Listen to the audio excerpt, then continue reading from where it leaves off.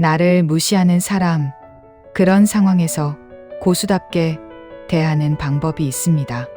오늘은 예수님의 대화법에 대해서 다뤄보겠습니다. 결론부터 말씀드리면 예수님의 대화법은 상대를 이기기 위한 말싸움이 아니라 내 마음의 중심을 지키면서도 진실을 말하는 방식입니다. 무례한 사람 앞에서 화를 폭발시키지 않고도 내 존엄과 경계를 잃지 않게 만드는 대화의 기술입니다. 성도 여러분, 평안하십니까? 오늘 이 영상을 클릭하신 분들 중에는 아마도 이런 마음을 품고 계신 분들이 계실 겁니다. 왜 나는 나이를 먹을수록 더 무시당하는 것 같지?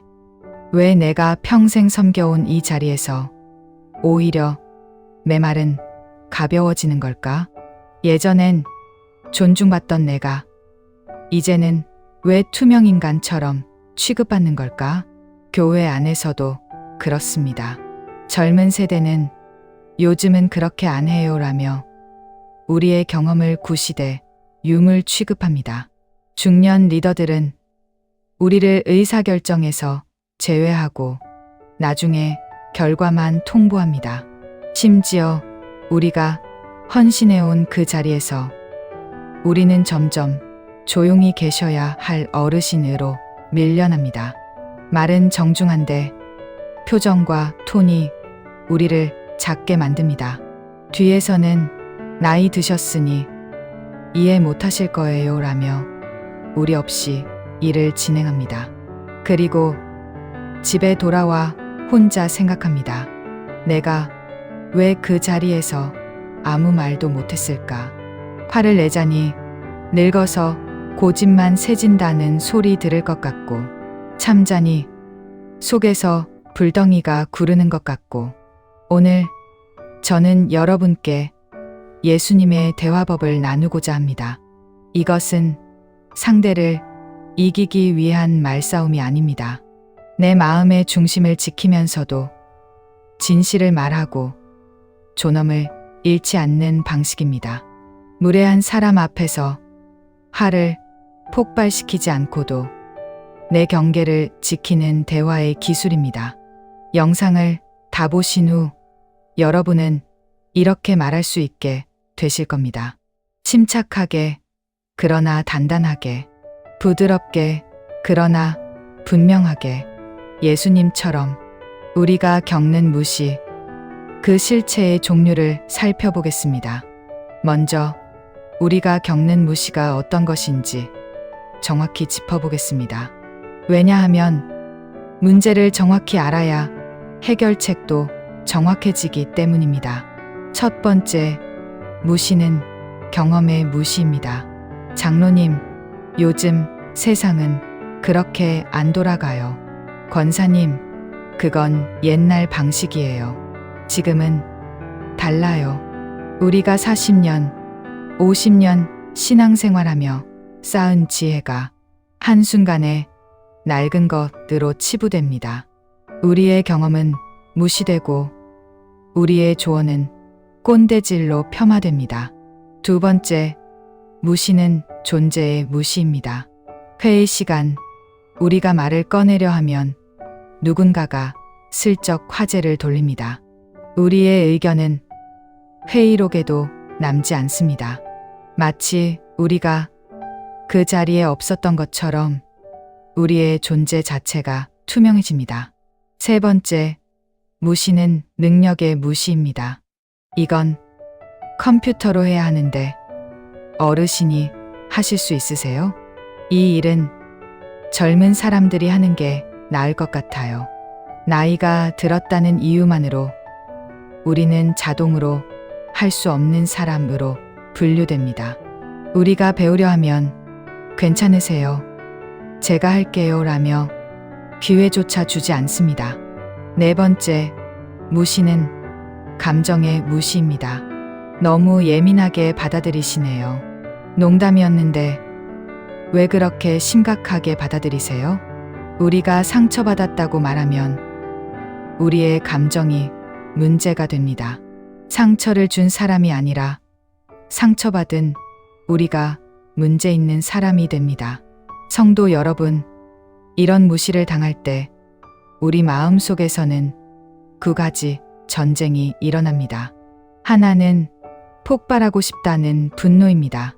당신들이 뭔데 나를 이렇게 대하는 거야. 내가 이 교회를 위해 얼마나 헌신했는데. 다른 하나는 그냥 참아야 하나라는 자책입니다. 내가 너무 예민한 건가?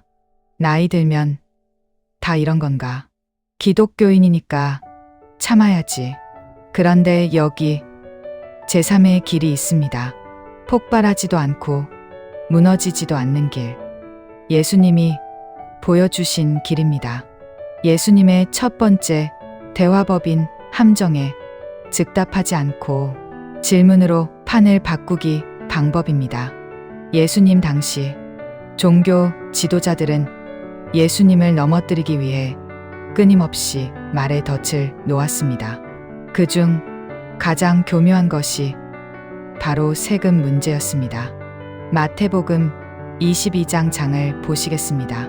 바리새인들이 예수님께 와서 말합니다. 선생님, 우리가 알기로 선생님은 참되시고 진리로 하나님의 도를 가르치시며 아무도 두려워하지 않으시니 사람을 외모로 보지 않으심이니이다. 듣기 좋은 말로 시작합니다. 마치 존경하는 것처럼. 그러나 이것은 함정의 서론일 뿐입니다. 그러니 우리에게 이르소서. 가이사에게 세금을 바치는 것이 옳으니까? 옳지 아니하니까? 이 질문은 완벽한 덫입니다. 만약 예수님이 세금을 내라고 하시면 로마에 협력하는 배신자가 됩니다.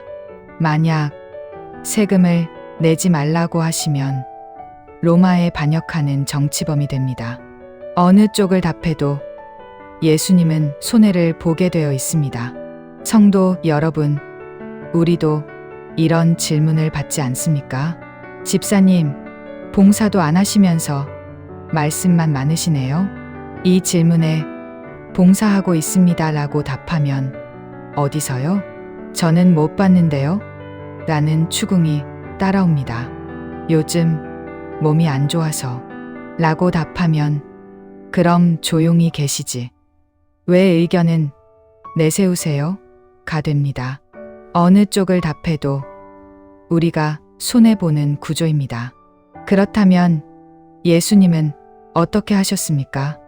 예수님은 즉시 답하지 않으셨습니다. 예수께서 그들의 악한 것을 아시고 이르시되 외식하는 자들아, 어찌하여 나를 시험하느냐? 먼저 그들의 의도를 드러내십니다. 그리고 질문으로 판을 바꾸십니다. 세금 낼 돈을 내게 보이라. 그들이 데나리온 하나를 가져오자 예수님이 물으십니다. 이 형상과 이 글이 누구의 것이냐? 가이사의 것이니이다. 그제야 예수님이 말씀하십니다. 그런즉 가이사의 것은 가이사에게, 하나님의 것은 하나님께 바치라. 여기서 핵심을 보십시오. 예수님은 그들이 깐 덫의 프레임에 들어가서 싸우지 않으셨습니다. 세금을 내느냐 마느냐가 아니라 너희가 진짜 돌려야 할 것은 무엇이냐? 로 본질을 옮기셨습니다.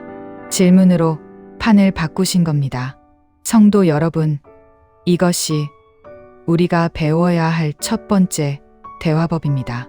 함정 질문에 즉답하지 마십시오. 해명은 상대가 깐 판에 들어가는 행동입니다. 대신 질문으로 판을 바꾸십시오. 실전 적용 예시 살펴보겠습니다. 혹시 이런 상황을 직접 경험하셨거나 주변에서 보신 분도 계실지 모르겠네요. 상황 1일, 권사님, 봉사도 안 하시면서 왜 말만 많으세요? 잘못된 반응, 저 봉사하고 있어요. 새벽 기도 인도하고 있잖아요. 예수님의 방식, 제가 봉사를 안 한다고 느끼신 구체적인 근거가 무엇인지 듣고 싶습니다. 그리고 이 대화의 목적이 저에 대한 비난인지 아니면 교회를 위한 건설적인 개선, 제안인지 먼저 확인하고 싶습니다.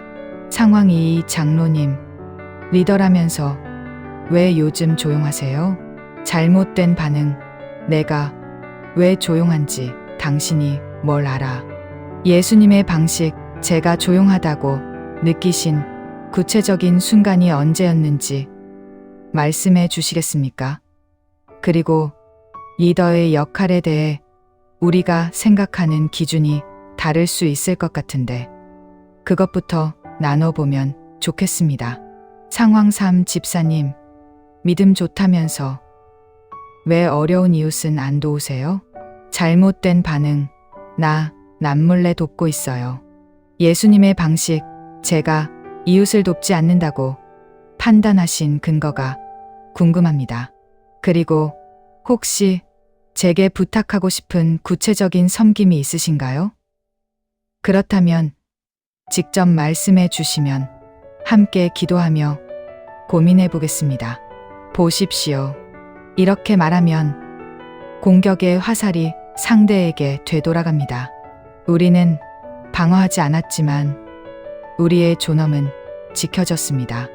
우리는 화내지 않았지만 우리의 경계는 분명해졌습니다. 질문은 싸움을 시작하는 도구가 아닙니다. 질문은 내 자리를 지키는 문입니다. 예수님의 두 번째 대화법으로 침묵으로 속도를 늦추고 내 중심을 회복하기입니다. 요한복음 8장, 우리가 가장 배우고 싶어 하는 장면입니다. 한 여인이 사람들에게 끌려옵니다. 그녀는 수치심으로 고개조차 들지 못합니다. 서기관들과 바리새인들이 그녀를 한복판에 세우고 예수님께 말합니다. 선생이여, 이 여자가 간음하다가 현장에서 잡혔나이다. 모세는 율법에 이러한 여자를 돌로 치라 명하였거니와 선생은 어떻게 말하겠나이까? 이것도 함정입니다. 예수님이 돌로 치라고 하시면 사랑과 용서를 가르치던 예수님의 이미지가 무너집니다. 치지 말라고 하시면 율법을 어기는 이단으로 고발당합니다. 그런데 예수님은 어떻게 하십니까? 놀랍게도 예수님은 대답하지 않으십니다. 예수께서 몸을 굽히사 손가락으로 땅에 쓰시니 침묵하십니다. 그들이 다그쳐 물으니 그제야 일어나 말씀하십니다. 너희 중에 죄 없는 자가 먼저 돌로 치라.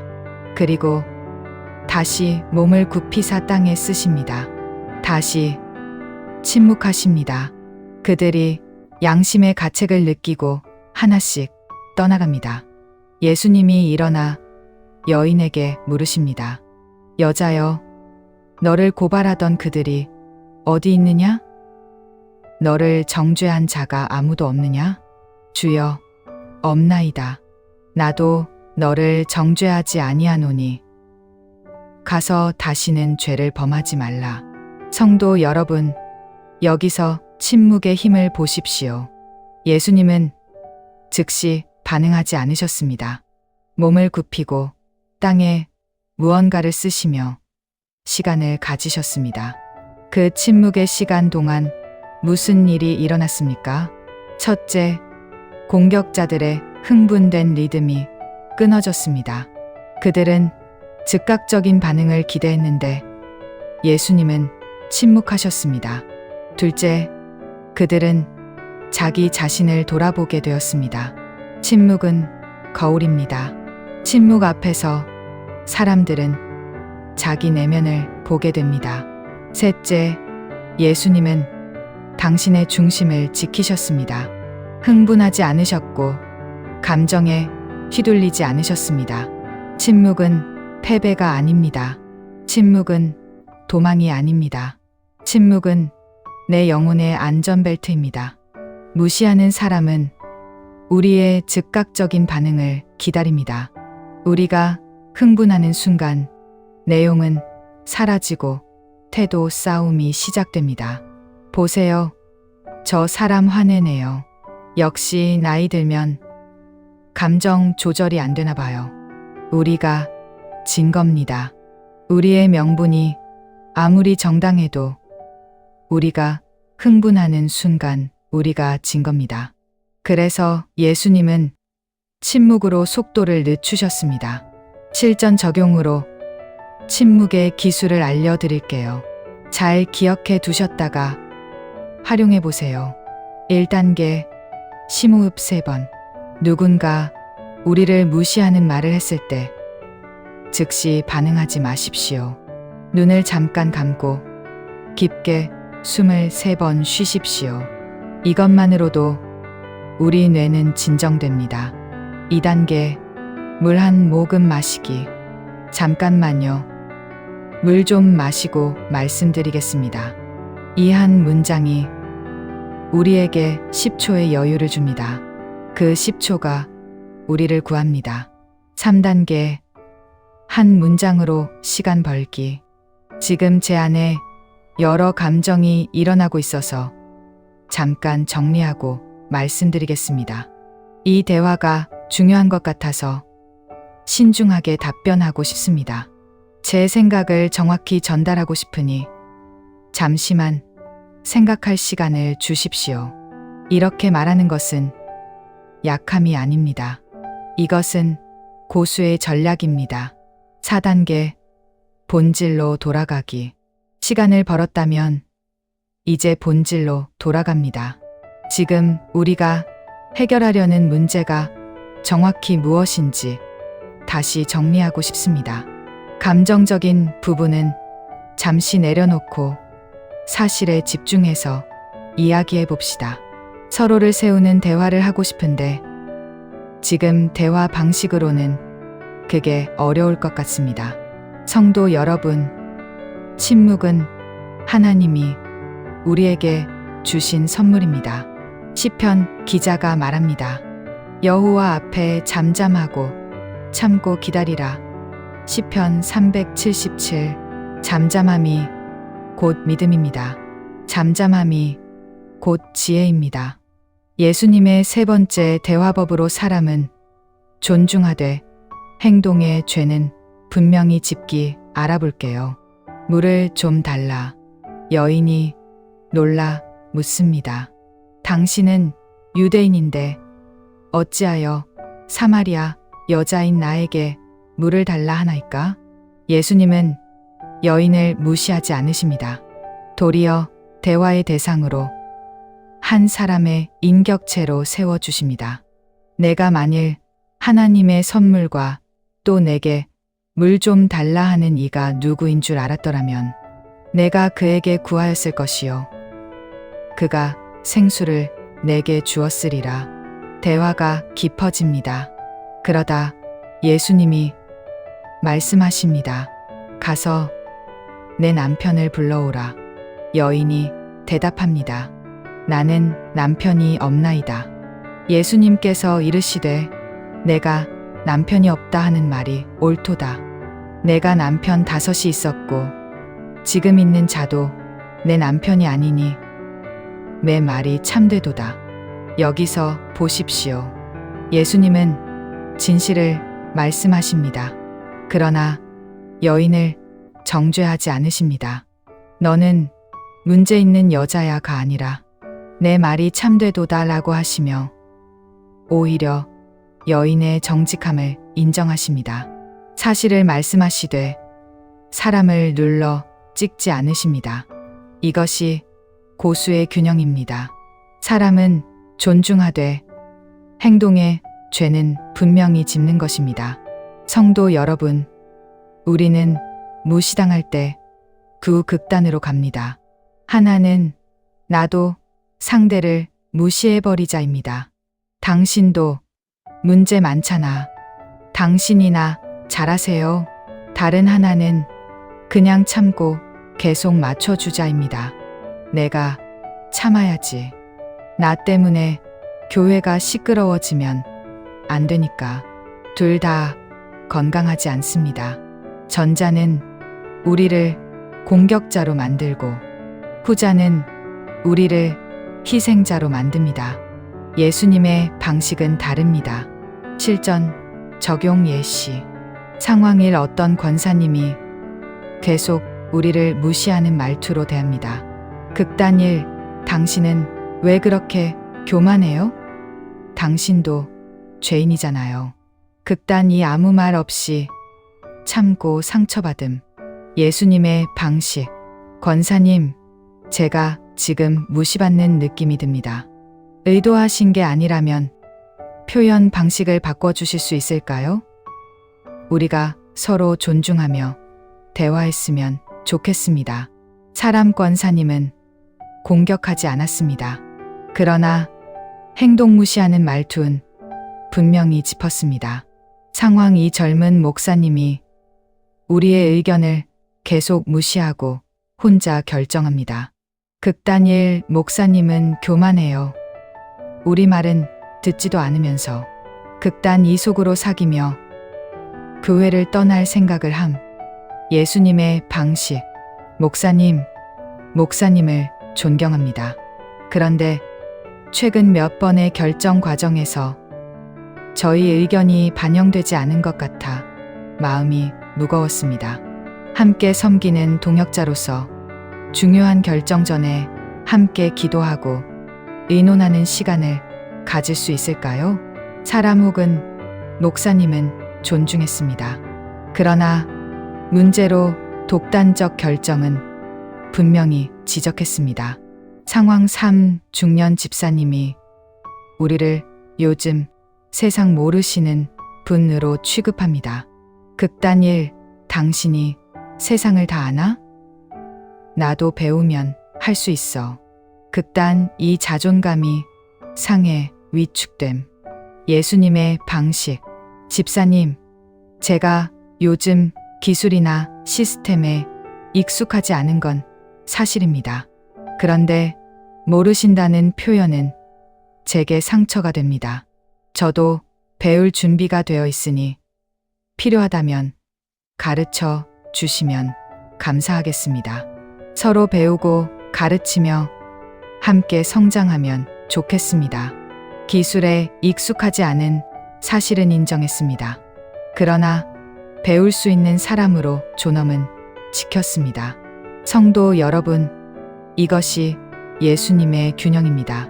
사실을 인정하되 사람을 정죄하지 않는 것. 사람을 존중하되 잘못된 행동은 분명히 짚는 것. 이 균형을 잃으면 우리는 두 극단 중 하나로 흘러갑니다. 공격적이 되거나 위축되거나. 그러나 예수님의 방식은 제3의 길입니다. 단단하지만 부드럽고 분명하지만 사랑스러운 길입니다. 예수님의 네 번째 대화법은 위선을 볼 때는 분명히 말하되 진실의 빛으로입니다. 마태복음 23장. 예수님은 서기관들과 바리새인들을 향해 단호하게 말씀하십니다. 화 있을진저 외식하는 서기관들과 바리새인들이여, 너희는 천국 문을 사람들 앞에서 닫고 너희도 들어가지 않고 들어가려 하는 자도 들어가지 못하게 하는도다. 화 있을진저 외식하는 서기관들과 바리새인들이여, 너희는 잔과 대접의 겉은 깨끗이 하되 그 안에는 탐욕과 방탕으로 가득하게 하는도다. 이것은 분명히 강한 말씀입니다. 그런데 주목하십시오. 예수님은 분노하셨지만 감정을 폭발시키지 않으셨습니다. 예수님은 날카롭게 말씀하셨지만 사람을 찢지 않으셨습니다. 예수님이 공격하신 것은 사람이 아니라 죄의 구조였습니다. 위선이라는 시스템, 착취하는 구조, 약자를 억압하는 체제를 찢으신 겁니다. 그래서 예수님의 말씀은 날카로워도 정결합니다. 개인적인 복수가 아니라 진리를 세우기 위한 말씀이기 때문입니다. 성도 여러분, 우리가 계속 무시당한다면 어느 순간 선을 그어야 합니다. 참는 것이 미덕이지만 무한정 참는 것은 공범이 됩니다. 잘못된 구조를 묵인하는 것은 사랑이 아닙니다. 그러나 선을 그을 때도 예수님처럼 해야 합니다. 저주가 아니라 진실로, 감정이 아니라 사실로. 실전 적용 배워볼게요. 상황일 어떤 분이 계속 우리를 무시하는 발언을 반복합니다. 그 표현은 제게 모욕으로 들립니다. 그런 방식의 대화는 중단하겠습니다. 서로 존중하는 언어로 대화할 준비가 되시면 그때 다시 이야기하겠습니다. 상황 이 뒤에서 우리에 대한 험담이 계속됩니다. 사실 확인 없이 평가하는 말은 받아들이지 않겠습니다. 제게 직접 확인하고 싶은 게 있다면 대면해서 물어봐 주십시오. 그렇지 않은 이야기는 여기서 멈춰 주시기 바랍니다. 상황 3 회의 때마다 우리의 헌신을 평가절하 합니다. 저는 하나님 앞에서 최선을 다하고 있습니다. 사람의 평가가 아니라 하나님의 인정을 구하며 섬기고 있습니다. 제 섬김에 대한 평가는 하나님께 맡기겠습니다. 이것은 교만이 아닙니다. 이것은 경계입니다. 경계는 죄가 아닙니다. 경계는 내 마음을 지키는 사랑의 울타리입니다. 예수님의 5번째 대화법인 한 문장으로 경계 세우고 관계의 위치 정하기입니다. 무시하는 사람은 우리의 긴 설명을 듣고 싶어 하지 않습니다. 그 사람의 목적은 우리의 에너지를 빼앗아 우리가 나답지 않게 흔들리는 걸 보는 것입니다. 그래서 고수는 길게 증명하지 않습니다. 짧고 단단하게 말합니다. 한 문장으로 경계를 세웁니다. 5가지 상황별 한 문장 경계 알아볼게요. 1. 무시를 받았을 때 그 말은 저를 무시하는 것으로 들립니다. 그 방식으로는 대화하지 않겠습니다. 2. 은근한 조롱이 들어왔을 때 농담으로 포장하셔도 저는 불편합니다. 표현을 바꿔주십시오.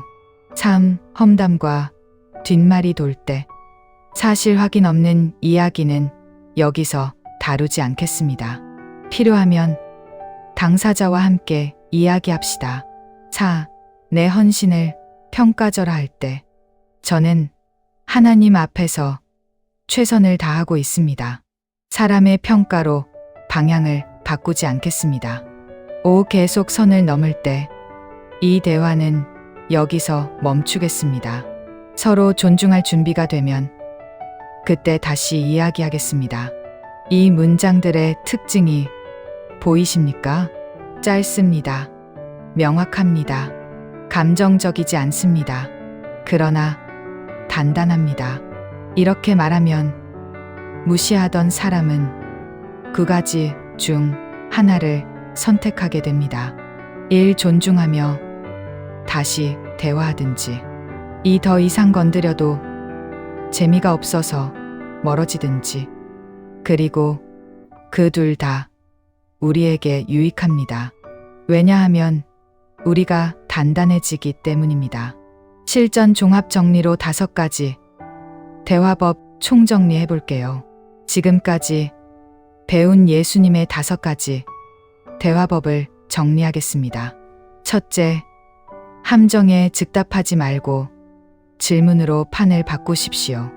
해명은 상대의 덫에 들어가는 것입니다. 질문은 내 자리를 지키는 문입니다. 둘째, 침묵으로 속도를 늦추고 내 중심을 회복하십시오. 침묵은 패배가 아닙니다. 침묵은 내 영혼의 안전벨트입니다. 셋째, 사람은 존중하되 행동의 죄는 분명히 지적하십시오. 사람을 정죄하지 말되 사실을 회피하지도 마십시오. 이것이 예수님의 균형입니다.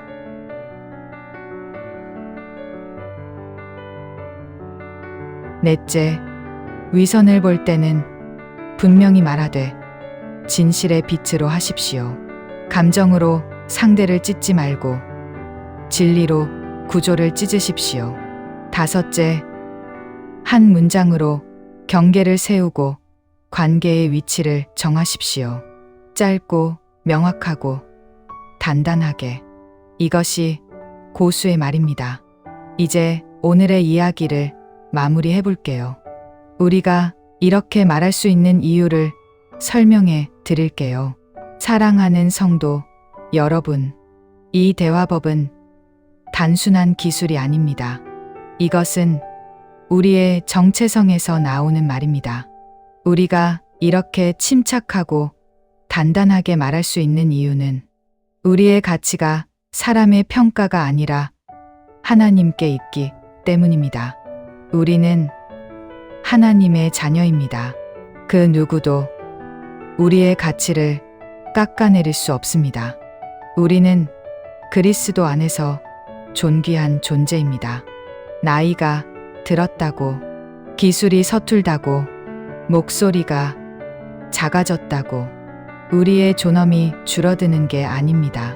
오히려 우리는 세월을 통해 더 깊어졌고, 시련을 통해 더 단단해졌고, 경험을 통해 더 지혜로워졌습니다. 우리가 무시를 당할 때 우리를 흔드는 것은 사실 그 사람이 아닙니다. 우리 안에 있는 두려움입니다. 혹시 나는 정말 쓸모없는 사람이 된 건 아닐까? 혹시 내가 정말 시대에 뒤떨어진 사람인가? 그러나 하나님은 말씀하십니다. 내가 너를 지었고 너는 내 것이다. 내가 너를 지명하여 불렀나니 너는 내 것이라. 이사야 43장 1절. 내가 물 가운데로 지날 때에 내가 너와 함께 할 것이라. 이사야 43장 2절. 우리의 정체성은 하나님께 있습니다. 그러므로 우리는 사람의 무시 앞에서도 흔들리지 않을 수 있습니다. 예수님처럼 말할 수 있습니다. 부드럽지만 단단하게, 침착하지만 분명하게, 사랑스럽지만 타협하지 않게. 이제 눈을 감고 함께 기도하겠습니다. 이렇게 따라하세요. 주님, 제 입술을 지켜주셔서 분노의 말로 제 영혼을 더럽히지 않게 하소서. 무시받는 순간에도 제 정체성이 사람의 평가가 아니라 하나님께 있음을 기억하게 하소서. 침묵해야 할 때 침묵할 용기를 주시고, 말해야 할 때는 사랑과 진실로 말하게 하소서. 상대를 미워하지 않되 선을 넘는 방식은 허락하지 않는 지혜를 주소서. 제가 예수님처럼 단단하게 서게 하소서. 나이 들어도 존엄을 잃지 않게 하시고, 세월이 흘러도 가치를 기억하게 하소서. 제가 오늘 배운 이 대화법을 실제 삶에서 실천할 때 주님의 성령이 함께 하셔서 제 말이 상처 주는 칼이 아니라 치유하는 빛이 되게 하소서. 예수님의 이름으로 기도드립니다. 아멘. 성도 여러분, 오늘부터 이렇게 말해 보십시오. 예수님처럼. 그리고 기억하십시오. 우리의 가치는 사람이 아니라 하나님께 있다는 것을. 우리는 존귀한 하나님의 자녀라는 것을. 다음 시간에도 여러분의 삶에 힘이 되는 말씀으로 찾아뵙겠습니다. 구독은 말씀의 마중물입니다. 오늘 말씀을 함께 나누고 싶다면 널리 공유해 주세요.